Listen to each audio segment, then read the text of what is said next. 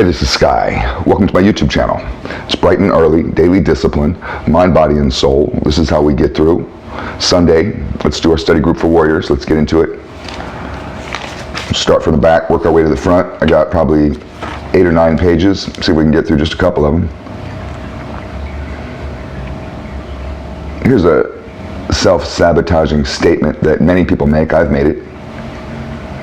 And you say, people like me, put that in quotation marks, people like me. And it's always followed by some lame-ass excuse. People like me can't be successful. Someone like me could never get married and find a good woman. Someone like me could never get that job or buy that house.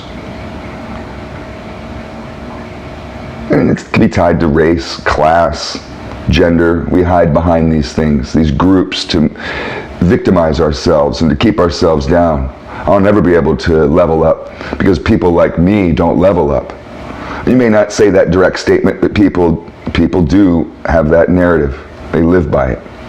I'm a part of an oppressed class, and people like me can never become educated, could never own a business. People like me, it's just an excuse, man, and it's a lie. All your excuses are lies. You're just lying to yourself when you talk that shit.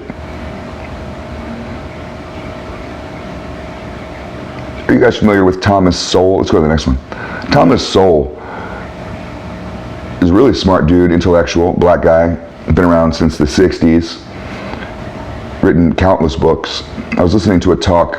It's on the Hoover Institute. They have a good website, a good YouTube channel, the Hoover Institute. They have interviews and talks.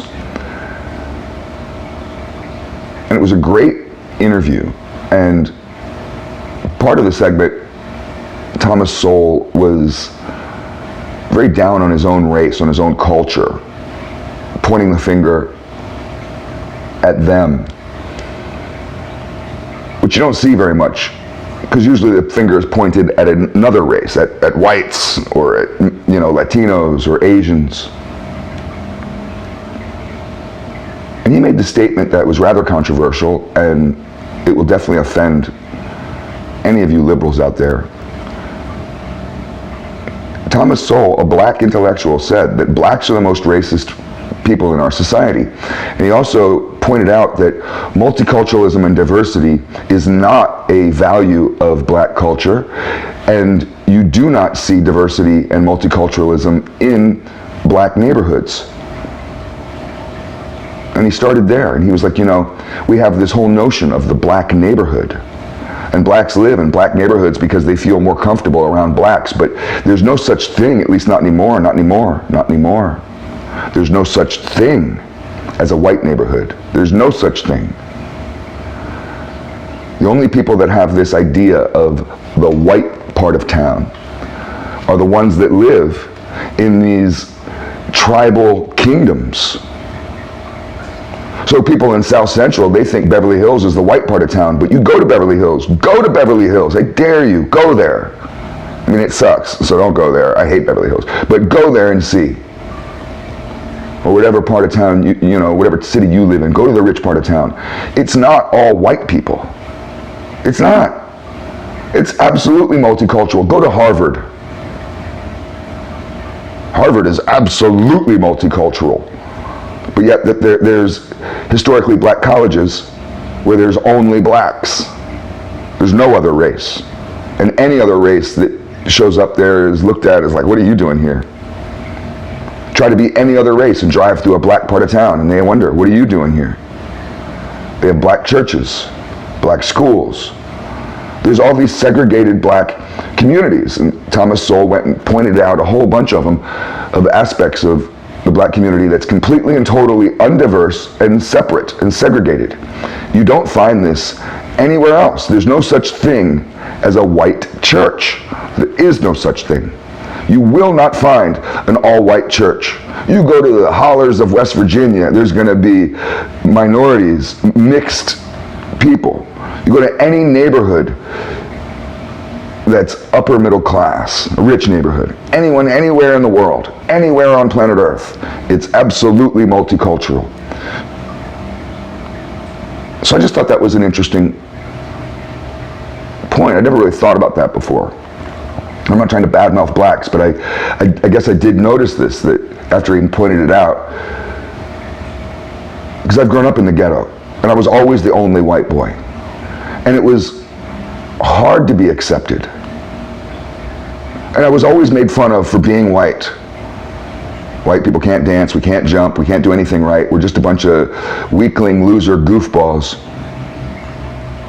And that's a narrative that you have to kind of embrace when you're hanging out with your black friends. If I flip the script on them, oh man, I'll get my teeth knocked out. Turns out I'm a white racist oppressor. And that's something that even though I grew up in the ghetto as a latchkey kid with a single mom who's just as fucked up as anybody else's single mom, I'm somehow privileged. I grew up malnourished, eating one meal a day, and that meal was usually Top Ramen. Me and my brother grew up on Top Ramen. Eat it every day for our lives, buy cases of that shit. No protein in Top Ramen. There's no nutritional value in Top Ramen. The noodles are made out of plastic. We grew up on it every day. There was no other food. There was no home-cooked meals in my house. But yet somehow I have white privilege. Somehow I'm an oppressor. I'm part of this oppressor class. And it's like, God damn it, I wish I was. I wish for a second I could live as an oppressor because maybe I'd get a fucking good meal in my belly. But no, I somehow have white privilege.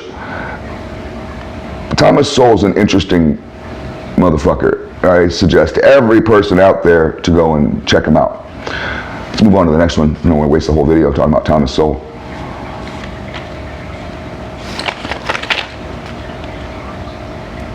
Here's a question, religious question. Should men and women pray together?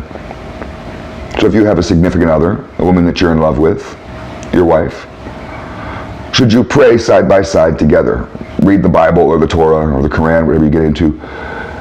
Should you guys celebrate your religion as equals together and explore it together, like it's a little book club?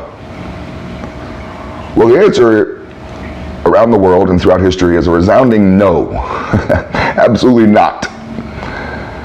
Religion is rather misogynistic and patriarchal, and the hierarchy of man, God, and this is universal, God sits at the top. God the Father. Man is under God. Men are under God. Women are under men. So men obey God. You are a servant to God. Every man out there is a servant to God. Your woman is a servant to you. Oh, women don't like hearing that.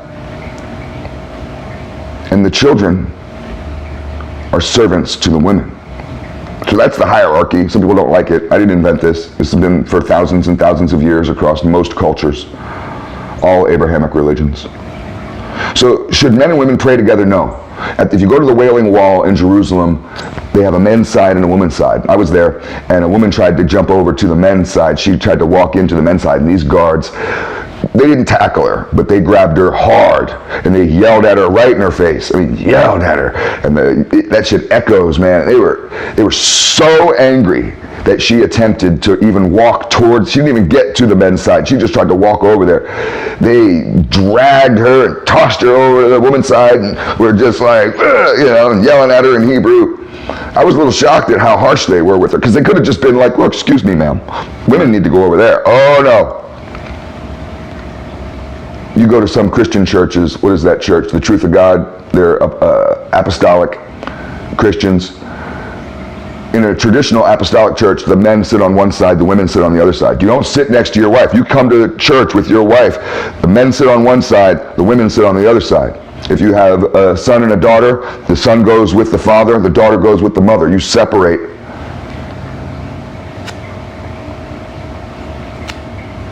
So men teach women about religion. We preach it to them.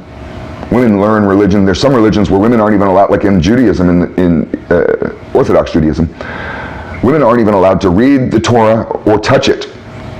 You don't touch that book.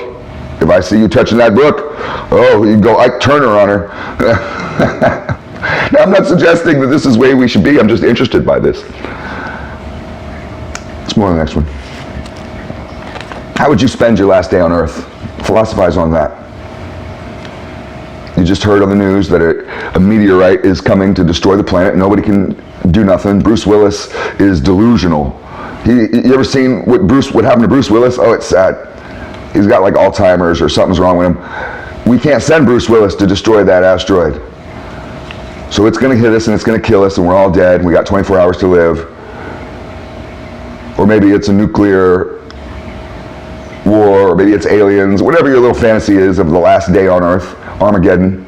You got 24 hours. What are you going to do? Are you going to spend it chasing hedonism and vice and pleasure and, go rob a bank and then go to the mall? That's where you're going to spend your last day on Earth. Go punch everybody that you didn't like in the face and go fuck all the chicks that you ever had a crush on. I don't know. How would you spend your last day on Earth? Finally go across the street and kick that dog that's been barking every day for the last 10 years. How would you spend it?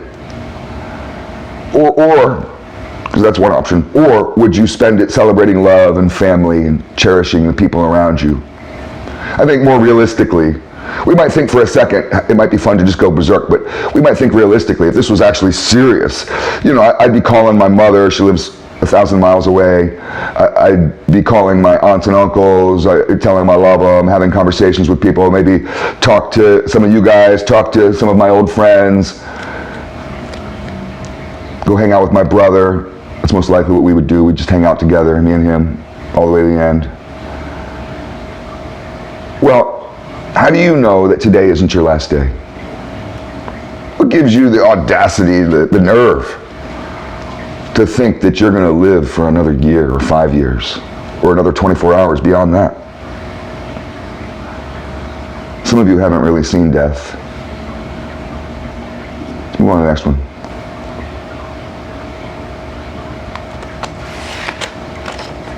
Peace of mind can be found in the present. Now this is an aspect of Buddhism, Zen Buddhism. Alan Watts talks about this. Krishnamurti talks about this. I mean, those guys aren't Zen Buddhists, but they do talk about that stuff. And they talk about this aspect where peace of mind, every man is searching for peace of mind. If I were to ask you, what is it that you really want? You might say $10 million and a Lamborghini and all this and that. But when it comes down to it, what you really want is peace of mind. Trust me, I know. That's what every man wants. But peace of mind can only be found in the present, in this moment, this here and now, in the now. Because when now is gone, that's the past, and the past doesn't exist. The future doesn't exist. The past and the future are both fantasies, something that you just think about. It doesn't exist. You can't experience it. You're experiencing the now. Your senses, all your 5 senses are stuck in the now. The past and the future, if you live in those too much, it's good to have an awareness of them, to be aware of the horizon, but to keep your eyes down towards where you're walking. The past and the future, when you're living in them too much, can be anchors, can be chains. They hold you back in life. Somebody who's too focused on the past can't move forward. Somebody who's only living in the future is just some dreamer living in a fantasy world. Now is where it's happening.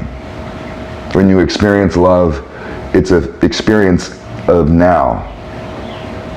When you experience joy, it's an experience in the now. It can't be recreated. Do we have any time to do one more?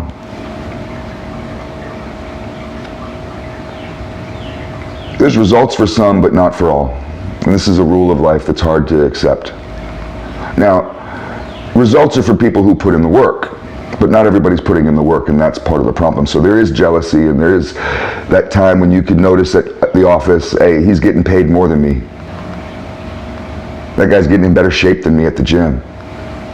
That person seems to have a spiritual connection that I don't really understand. There's results for some, but not for all. Unfortunately, not everybody makes it. If the fantasy of heaven is real, and if you happen to get there, you may turn around and say, hey, wait a minute. Where's Bob? Where's Jim? And I may tell you, they didn't make it. And if you ask why didn't they make it? Not Jim. Oh, Jim was such a good guy. Why didn't Jim make it? Why didn't Peter make it? It's because they didn't put in the work. When we were training, when we woke up early every day, we were disciplined, mind, body, and soul every single day. They were sleeping in, man. When we were eating those terrible meals that didn't really taste so good, and the only point we're eating it is because we know it has the certain amount of protein and the right amount of carbs, and this is nutrition, and meanwhile they're just eating ice cream and cookies. Well, they didn't get there. They didn't get into shape because they didn't put in the work. That motherfucker died of diabetes because he didn't put in the work. Results are for some, not for all. It's for those willing to put in the work. Food for thought.